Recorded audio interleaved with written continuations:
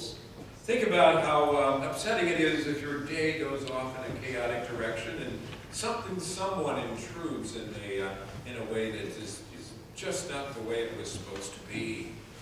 So that tendency we often bring to our faith and to our worship, and even to the communion table as we seek to be at one in union with our Lord. The problem is that it's sinful to live and to act that way. The problem is that this is exactly at the heart of what Isaiah was bringing to the temple that day. It was exactly what was undone as he saw the Lord high and lifted up, and his train filled the temple.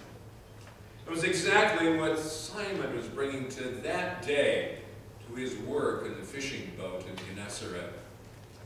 And so we have all that in common with them.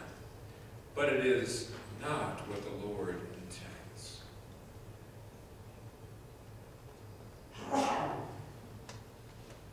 We come to life in several different ways today. William James, who wrote The Varieties of Religious Experience, very generally said there were two kinds of religious people. The first kind is those who seem to have a firstborn experience. That in their encounter with the divine, in their encounter with God, that they give themselves wholly and in resonant, appropriate relationship to that God. And that's how they live, and that's how they continue to grow. The second kind are twice-born people. People who have an initial reaction to the presence of God and to the revealed God, however that happens in their lives. But then they are content to live in that space. They hedge, they control, they shield themselves from experiences that are a little too uncomfortable or a little too scary. Experiences that take their words away from them, or experiences that leave them more fearful, even though it might lead to more reverence. Twice-born people. But William James wrote that those twice-born people are those who, even with their shallow experience, with their beginning experience, with their first step, are often drawn into a deeper experience. Often by their own longing and sometimes by their own despair, but most often by circumstances in their own lives, are pushed, pulled, encountered by a loving God who insists that they will know more of him. We could say that Isaiah and Simon were twice born, that they were religious and going through the motions, that they knew all the right words and they were in a community of faith. We could say that they would fill out any kind of questionnaire and say, yes, I am trying to love the Lord my God with all my heart, soul, strength, and mind. Yes, the commandments are at the heart of my behavior and my choices. Yes, I am trying to walk in a perfect way, the way the choir said. But something is missing, and it has to do with being invited into deeper water. That's what Jesus said when he was finished speaking. He said, put out into the deeper water.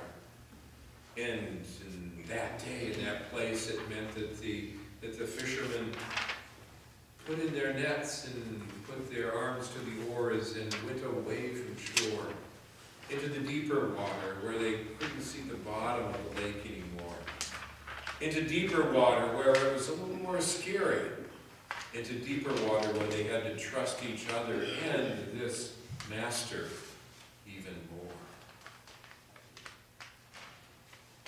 Deeper water invites us in many different sorts of situations. In Denver, one of the speakers was John Ortberg. And he wrote the book that this study group that meets in the sanctuary is studying presently. And he told a great story about his own life. And he's a pastor, and he was saying that one day my wife said, "Could we go into the bedroom and talk?"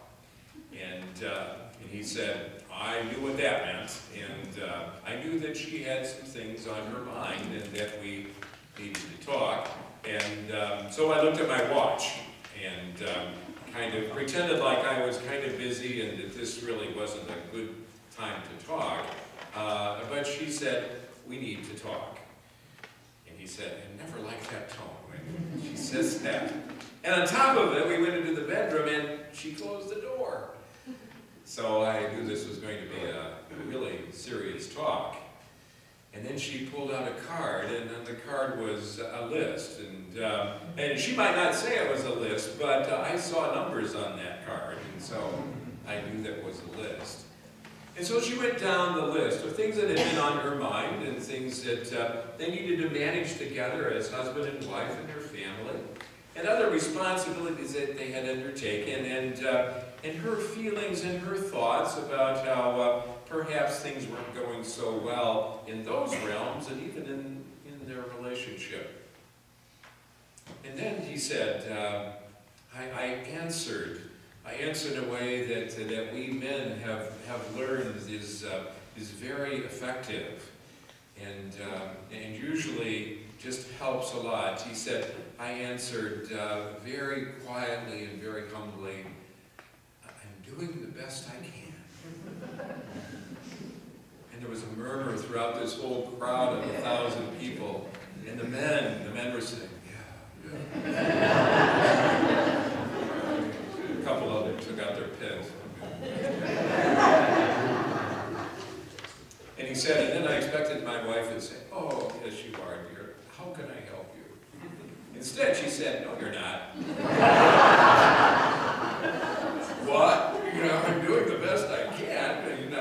What do you expect me to do? And he said, "No, you're not.